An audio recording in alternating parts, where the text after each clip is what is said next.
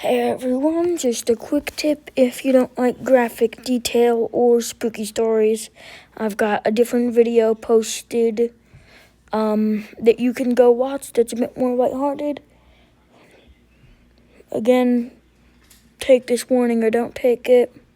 Just whatever you do, enjoy the video. Or enjoy a different video that I've made.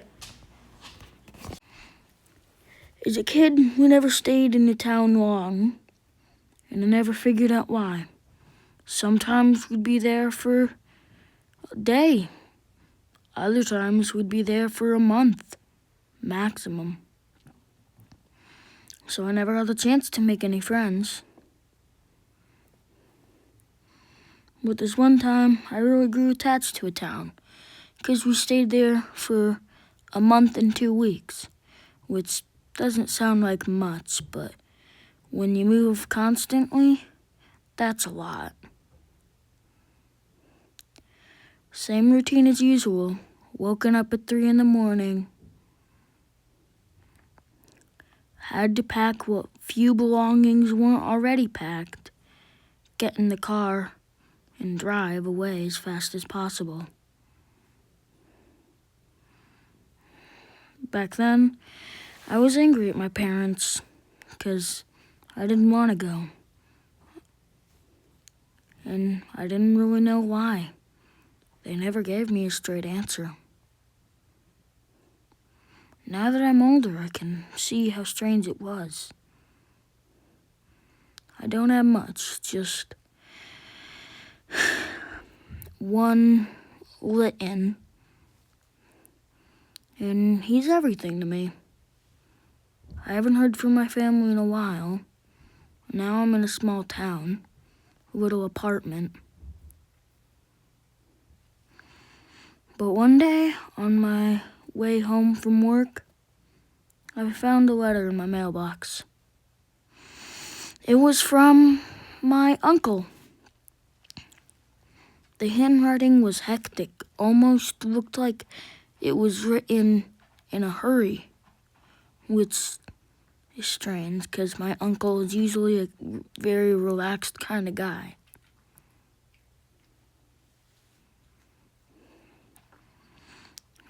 And apparently, the other family members, no one has managed to get in contact. I just thought my uncle just called once and then stopped. So I tried. I called all the family members in my contacts. Nothing. Multiple times.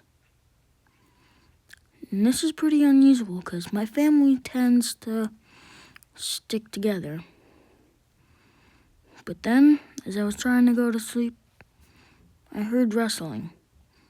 Not like the wind rustling bushes, like movement.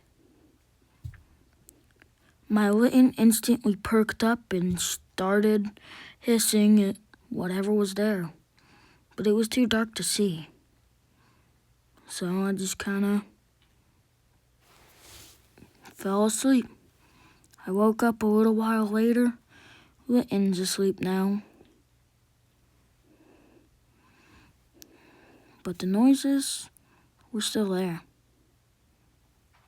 Rustling, movement that you couldn't see, and I felt like I was being watched.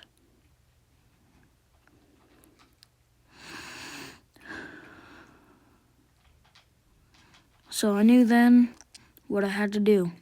Go back to my roots. I grabbed Litten, put him in a cat carrier,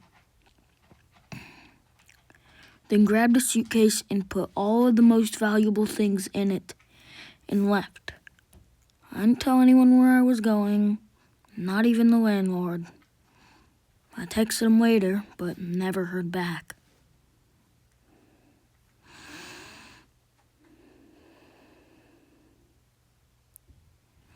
As I was driving away, I kept hearing running. I thought it was just a Pokemon trying to race a car, as some Pokemon do. So I just left it. But it wasn't going after a faster car like normal Pokemon. No, it was specifically trying to keep up with mine. That's when I started getting suspicious. Suddenly, I heard screeching, like something was landing on my car.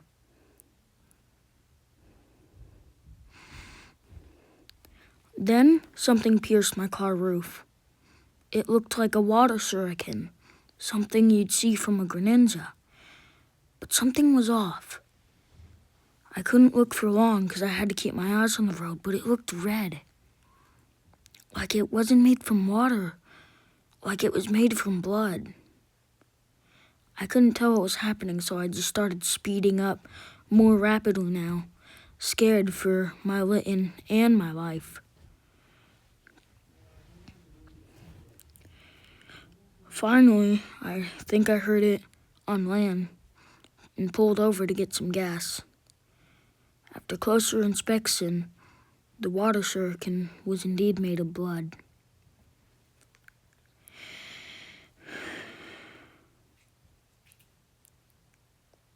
But I didn't know whose, so I decided to buy a package from the gas station and box it to see whose it was later on. My Litten was scared to its core when I checked on it. Didn't even try to fight this time. And that's what scares me the most, because Litten never back down from a challenge. Doesn't matter what level your Pokemon is, it'll still try and fight it. It doesn't care. But the fact that he chose not to fight this time means this thing can't be beaten in a one-on-one fight.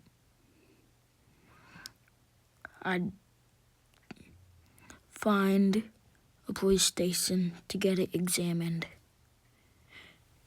And what blood it was shook me to my very core. It wasn't just blood from random people.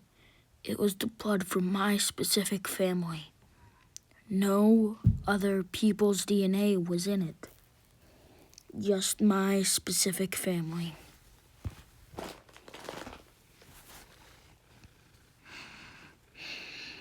After that, I thought maybe my family did something wrong, because this isn't normal Pokemon behavior. So I started looking into our records. Not much, a few bad family members here that poached Pokemon, but this came from a Greninja. And Greninja's not that valuable. So I kept looking. And apparently, they did go after a Suicune, which was located at the time in a Froakie pond, which, if you didn't know, is the pre-evolution of Greninja.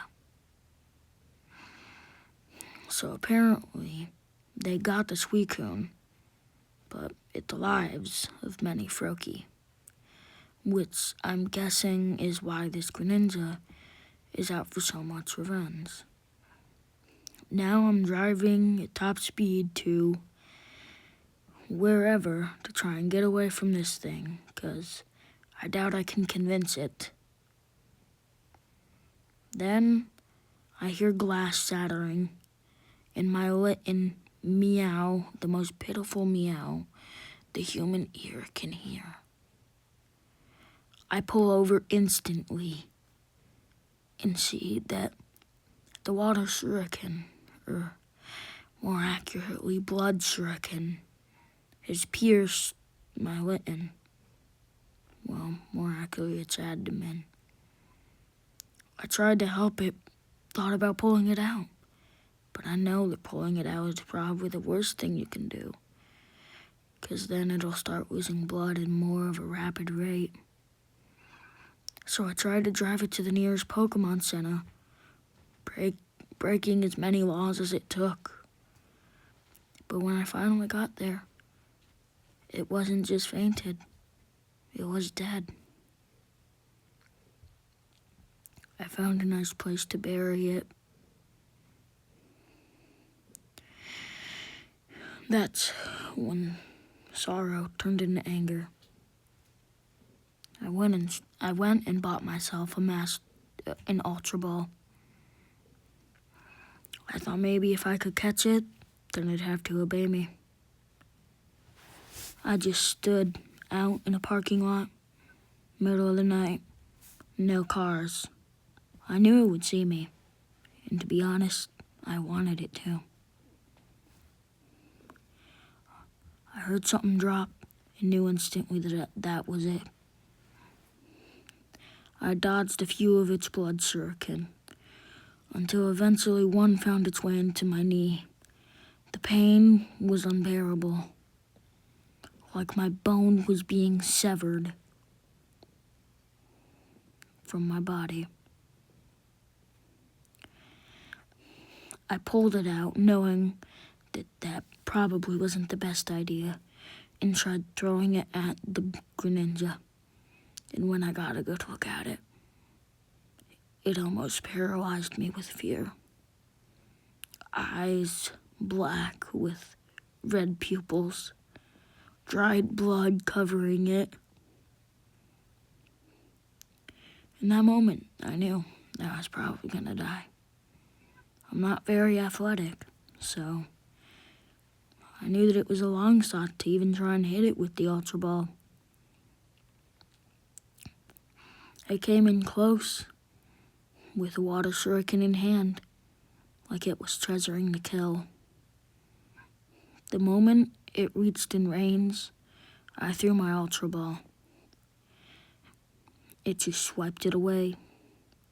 I started running. It chased. I tried telling it that the people that hurt the Frokies are dead now. No reaction.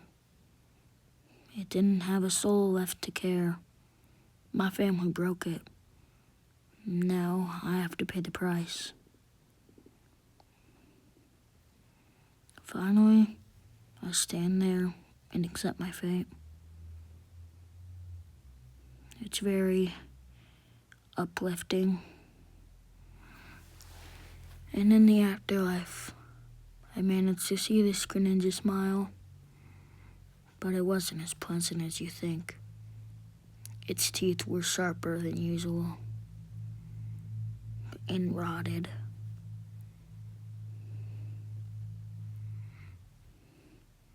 But at least I atoned for my family's sins.